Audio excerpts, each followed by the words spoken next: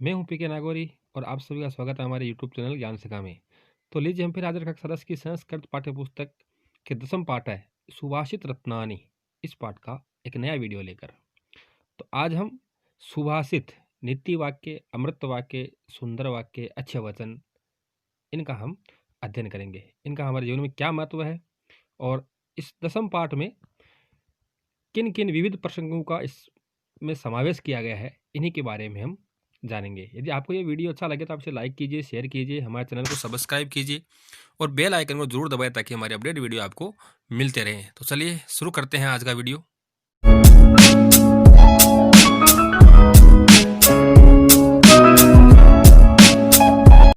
तो देखिए, इस पाठ में हम पढ़ेंगे सुभाषित रत्नानी, सुभाषित रूपी रत्न। इसके ये सुभाषित क्या होते हैं, इसको जानने के लिए हम सबसे पहले पाठ परिचय देखते हैं।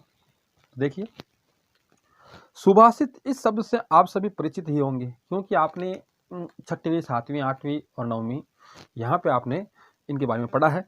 सुभाषित अमृत वचन, नीति वाक्य, सूक्ति इत्यादि सभी पर्याय शब्द हैं।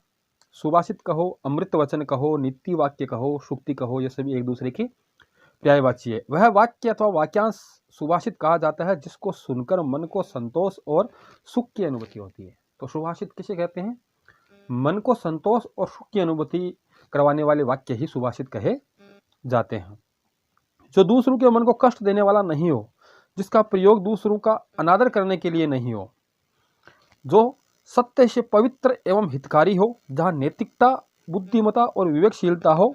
सुभाषित का लक्षण कहीं पर इस प्रकार किया गया है। तो देखिए, लक्षण किस प्रकार किया गया है यहाँ पर देखिए।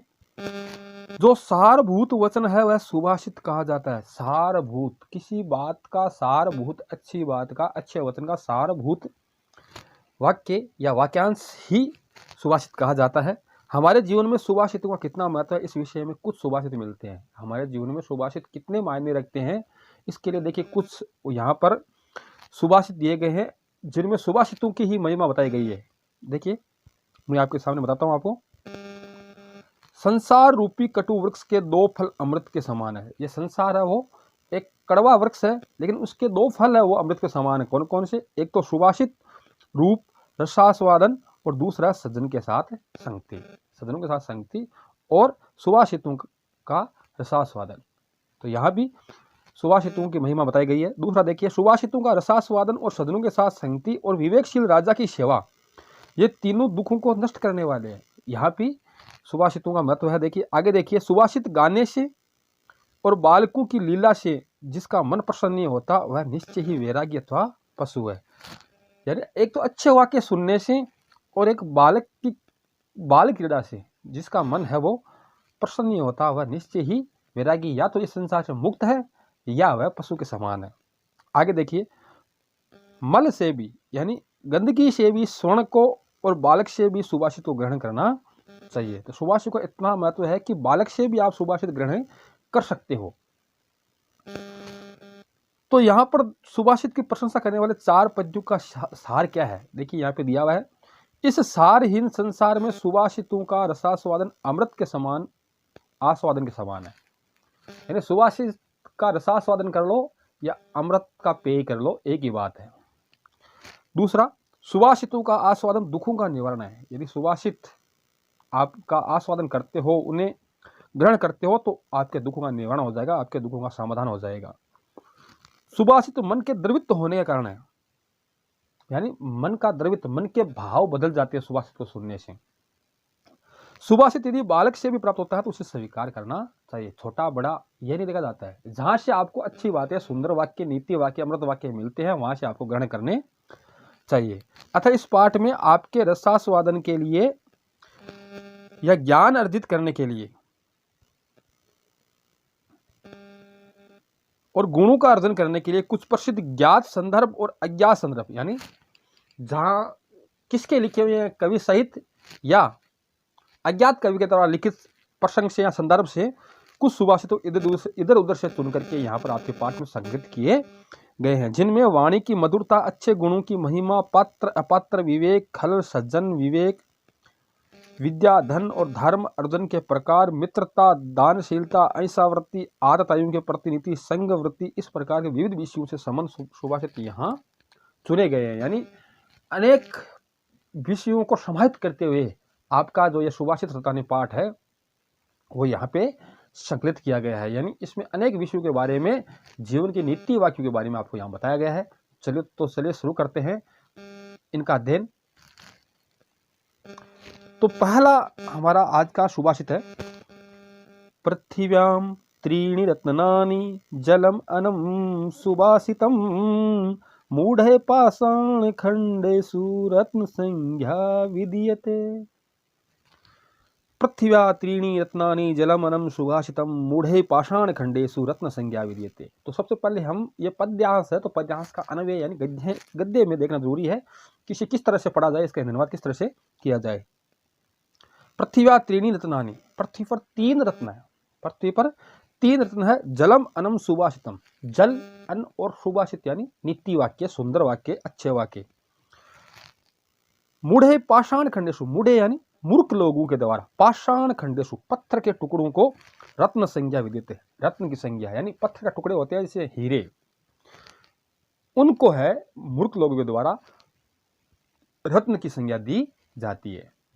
वो ऐसा काम है मूर्ख लोग करते हैं, जबकि जो सज्जन लोग होते हैं, महापुरुष लोग होते हैं, उनके लिए तो इस संसार में तीन रत्न है, जल, अन्न और सुभाषित। अब देखिए कठिन शब्दार्थ। पृथ्व्याम धरती पर, पाषाण खंडेषु पत्थर के टुकड़ों में, रत्न संज्ञा विदियते रत्न का नाम दिया जाता है, मूढ़े मूर्खों के द्वारा, सुभाषितम अच्छे कहे हुए वचन। एक बार हिंदी फिर से देखिए। धरती पर प्रमुख रूप से तीन ही रत्न है, पानी, अन्न और सुभाषित। मूर्ख लोगों द्वारा हीरा आदि पत्थर के टुकड़ों को रत्न का नाम दिया जाता है। संसार के अधिकतर व्यक्ति है वो रत्न है वो हीरे आदि को ही मानते हैं, जबकि जो महापुरुष और सज्जन लोग होते हैं वही जल और अन्न को है वो सुभाषित को रत्न की संज्ञा देते हैं।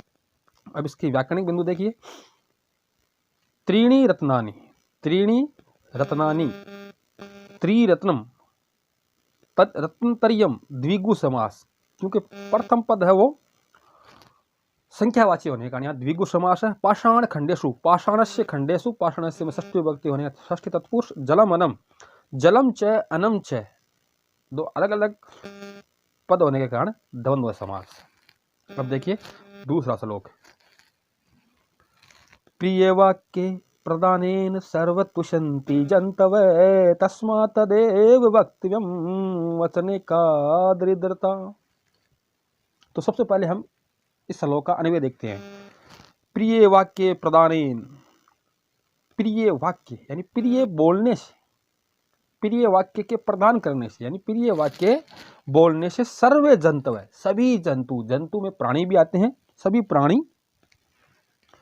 तुषंती यानी संतुष्ट होते हैं, यानी मधुर मृदुवाणी मीठी वाणी बोलने से सभी प्राणी है वो क्या होते हैं, संतुष्ट होते हैं।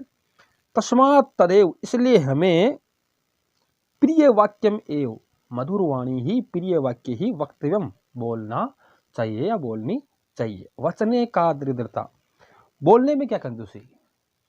अब यहाँ इसके द्व्यर्थ निकलते हैं। बोलने में क्या कंजूसी, बोलने में कंजूसी नहीं करनी चाहिए, लेकिन इसका अर्थ यह नहीं हो कि आप कटु वाक्य बोले, कटु वाक्य नहीं। यहाँ जो श्लोक का अर्थ निकल रहा है, प्रिय वाक्य में बोलने या मीठी वाणी या मधुर वाणी बोलने में कंजूसी नहीं करनी चाहिए। दरिद्रता का अर्थ कंजूसी, वचने का बोलने में क्या कंजूसी यानी मृदु वाणी बोलने में आपको कंजूसी नहीं करनी चाहिए। अब देखिए कठिन शब्दार्थ।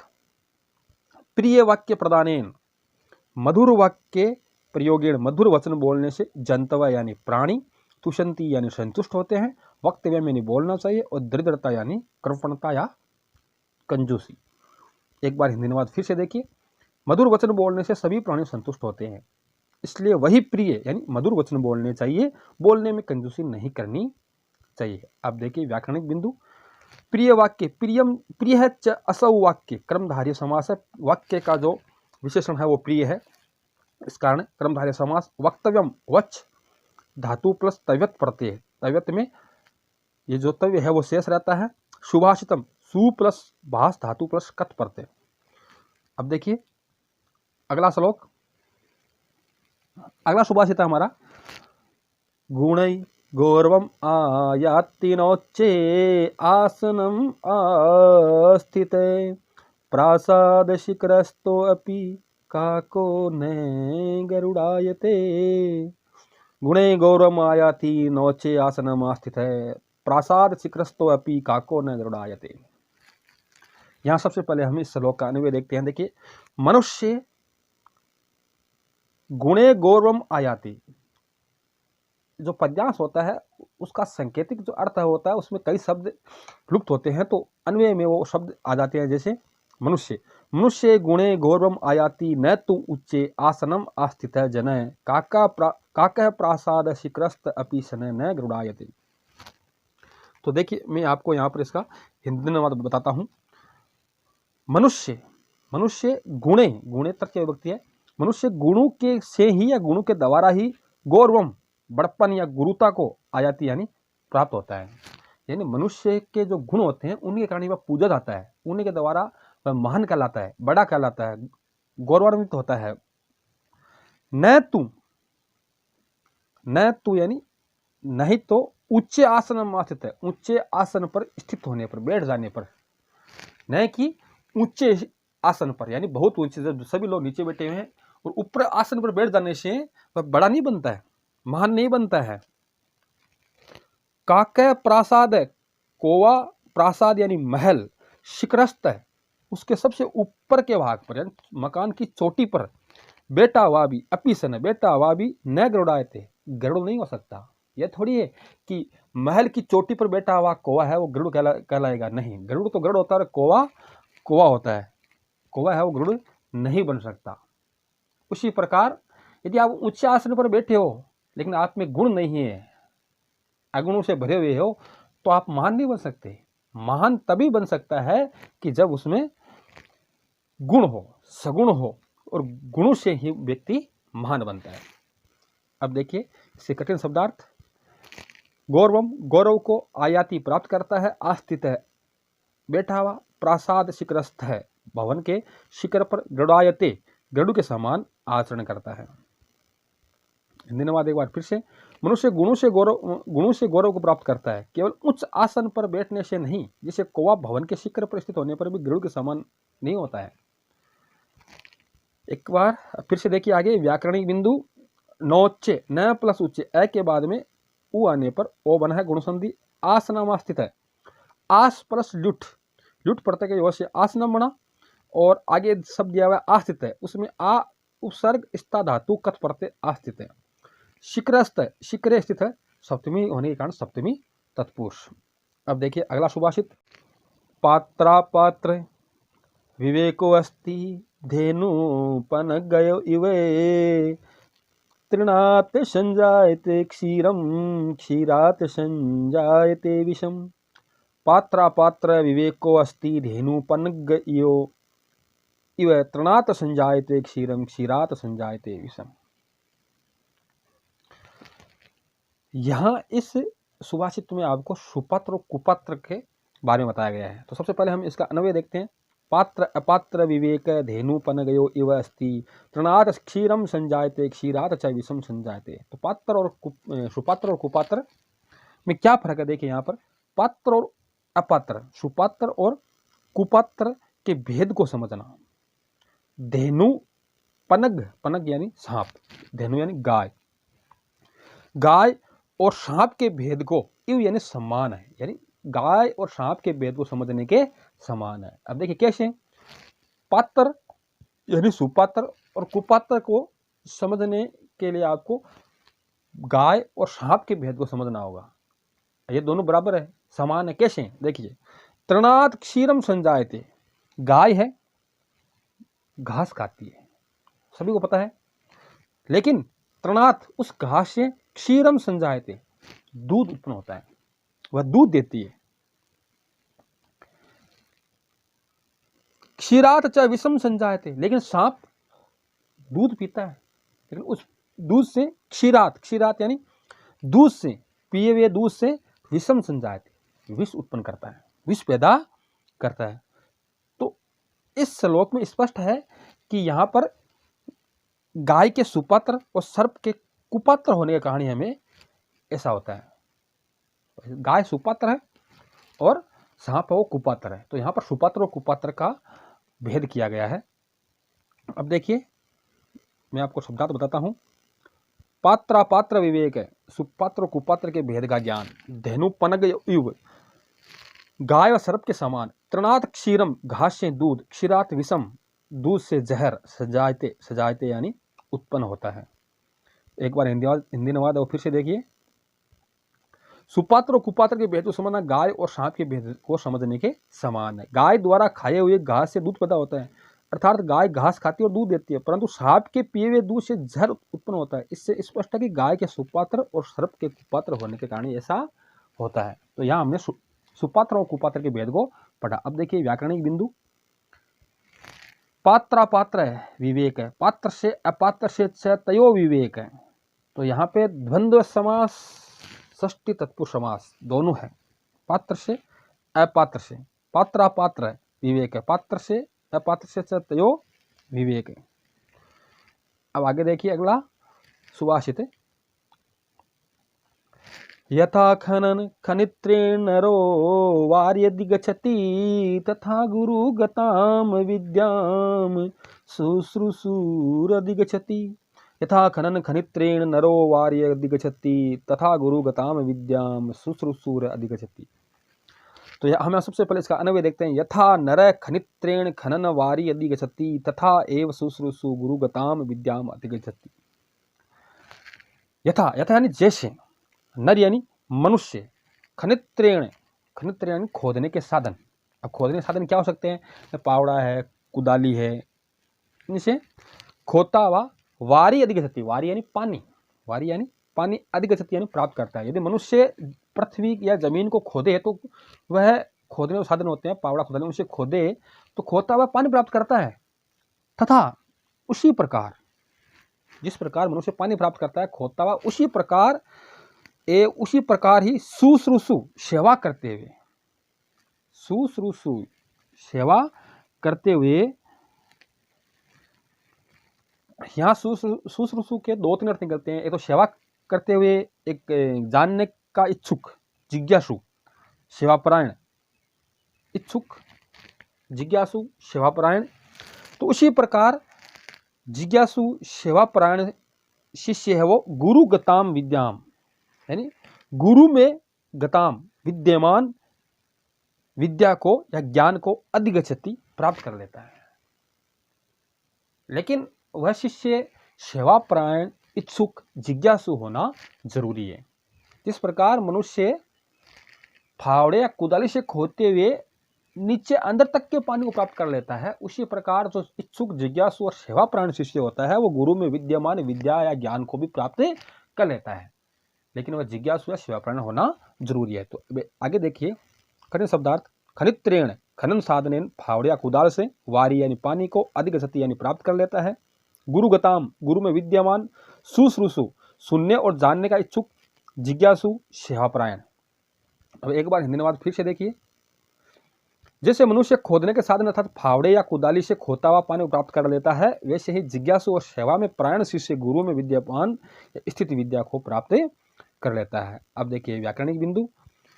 खनन, खन प्लस सत्र धातु। सत्री का अर्थ वर्तमान में होता है, वैसे करते हुए, होते हुए।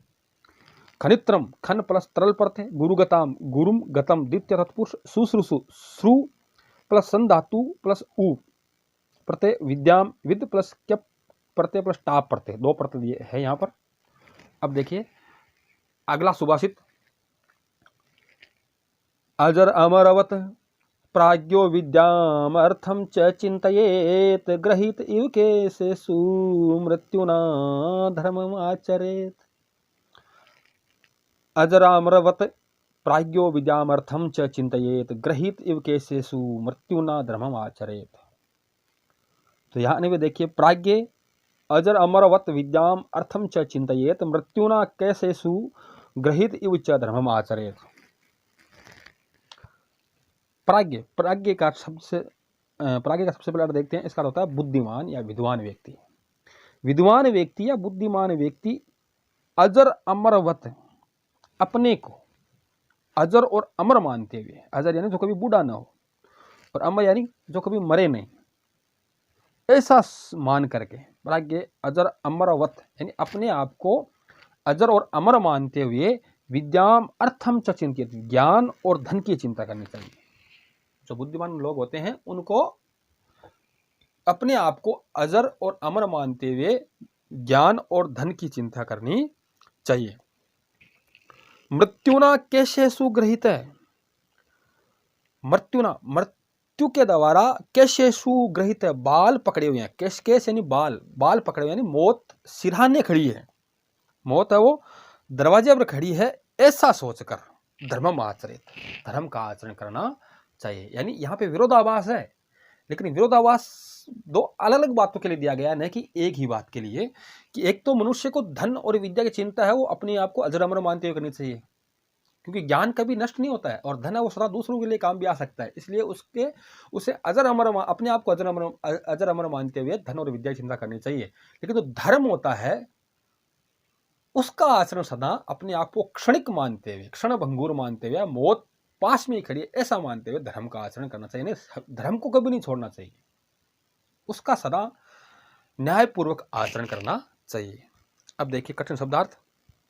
प्राज्ञ यानी विद्वान, अजरामरवत यानी अजर व अमर के समान, अर्थात स्वयं अजर और अमर मानकर अर्थम यानी धन, चिंतयेत यानी विचार या प्राप्त करना चाहिए। मृत्युना यानी मृत्यु के द्वारा, कैसे सुयु मृत्यु ने केस पकड़ रखे हैं ऐसा मानकर, और धर्मम आचरित, आचरित यानी धर्म पूर्वक आचरण करना चाहिए। अब एक बार फिर से इसका धन्यवाद देखिए। बुद्धिमान व्यक्ति स्वयं को अजर और अमर के समान मानकर विद्या व धन की प्राप्ति का विचार करना चाहिए, तथा मृत्यु ने केस पकड़ रखे हैं अर्थात मृत्यु निकट ही है ऐसा मानकर धर्म का आचरण करना चाहिए। अब देखिए व्याकरणिक बिंदु। प्राज्ञ प्राकृष्टम जानाति येन स यानी बहुव्रीहि समास। यहाँ पे प्राकृष्टम यानी जिसके द्वारा उत्कृष्ट रूप से जाना जाता है, जिसके द्वारा अच्छी तरह से जाना जाता है, तो वह कौन हो सकता है? तो इसका तीसरा अर्थ यहाँ पर निकलता है बुद्धिमान या विद्वान व्यक्ति। बहुव्रीहि समास। अजरामर, अजर प्लस अमर, ए के बाद में ए आने पर दीर्घ संधि। अब देखिए अगला सुभाषित। धन धान्य प्रयोगेषु विद्याया संग्रहेषु च आहारे व्यवहारे च त्यक्तलजे सुखी भवेत्। धन धान्य प्रयोगेषु विद्याया संग्रहेषु च आहारे व्यवहारे च त्यक्तलजे सुखी भवेत्। तो यहाँ पर सबसे पहले अन्वय देखिए। इस श्लोक में, इस सुभाषित में सुखी कैसे रहना चाहिए, या शर्म या लज्जा को कब छोड़ देना चाहिए, इसके बारे में बताया गया है। तो अन्वय देखते हैं। धन धान्य प्रयोगेषु विद्याया संग्रहेषु च आहारे व्यवहारे च त्यक्तलजा जन सुखी भवेत्। धन और धान्य के प्रयोग में, धन और धान्य के लेन देन में, धन के लेन देन में, विद्याया संग्रहेषु ज्ञान के संग्रह में, ज्ञान लेने में, आहार यानी भोजन में, व्यवहार यानी परस्पर व्यवहार करने में, त्यक्त लज्जा शर्म को छोड़ करके, लज्जा को छोड़ करके, जन मनुष्य को सुखी भवेत्, सुखी हो रहना चाहिए। यानी धन धान्य प्रयोग, धन के लेन देन में, यानी धन के लेन देन में यदि मनुष्य शर्म कर लेता है, लज्जा नहीं त्यागता है, बात छिपा लेता है, बताता नहीं है शर्म के कारण, तो बाद में विवाद बढ़ता है। इसलिए धन के लेन देन में हमें शर्म का या लज्जा का त्याग करना चाहिए। विद्या या संग्रहेषु, विद्या अर्जन करने में, ज्ञान का अर्जन करने में भी संकोच नहीं करना चाहिए, क्योंकि यदि जिज्ञासु नहीं बनेंगे तो हमें ज्ञान की प्राप्ति नहीं होगी। इसलिए किसी भी बात का संकोच न करके पूछा जाना जरूरी है। आहार भोजन करने में कभी भी संकोच नहीं करना चाहिए, नहीं तो आप भूखे मर सकते हैं। व्यवहार च, और परस्पर व्यवहार करने में भी कभी भी संकोच नहीं करना चाहिए, शर्म या लज्जा नहीं रखनी चाहिए। और जो जन इनमें अपना शर्म या लज्जा त्याग करके आचरण करता है वह जन सुखी होता है, या उसे सुख मिलता है, वह व्यक्ति सुखी होता है। अब देखिए कठिन शब्दार्थ। प्रयोगेषु व्यवहार अथवा व्यापार में, आहारे भोजन में, त्यक्त लज्जा लज्जा से रहित। अब देखिए एक बार फिर से धन्यवाद। धन धान्य आदि के व्यवहारों अथवा व्यापारों में, विद्या का संग्रह करने में, भोजन एवं व्यवहार में लज्जा रहित होकर मनुष्य को सुखी होना चाहिए। अर्थात धन धान्य आदि के लेन देन में, विद्या प्राप्ति में, भोजन में, व्यवहार में जो लज्जा नहीं करता है वह मनुष्य सदा सुखी रहता है। यदि लज्जा करेगा तो उस मनुष्य को दुखी रहना पड़ेगा। अब देखिए मैं आपको व्याकरणिक बिंदु बताता हूँ। धन धान्य प्रयोगेषु धन्यस्य धान्यस्य प्रयोगेषु षष्ठी विभक्ति तत्पुरुष समास त्यक्त लजा त्यक्त्वा लजा येन स, जिसके द्वारा अपनी लजा को छोड़ दिया गया है वह स पुरुष वह व्यक्ति। तो यहाँ पूर्ण समास हो गया सुखी। सुख प्लस इन्हीं प्रत्यय प्रयोग प्र प्लस युज धातु प्लस घय प्रत्यय। तो आज के वीडियो में हम इतने सुभाषित देखेंगे, इनका इतना ही अध्ययन करेंगे। जो शेष सुभाषित है वो अगले वीडियो में। तो आपको ये वीडियो यदि अच्छा लगा हो तो आप इसे लाइक कीजिए, शेयर कीजिए, हमारे चैनल को सब्सक्राइब कीजिए और बेल आइकन को जरूर दबाएं ताकि हमारे अपडेट वीडियो आपको मिलते रहें। सुभाषित का जो शेष भाग है, इस पाठ का जो शेष भाग है वो अगले वीडियो में लेकर हम फिर हाजिर होंगे। तब तक के लिए नमस्कार, जय हिंद।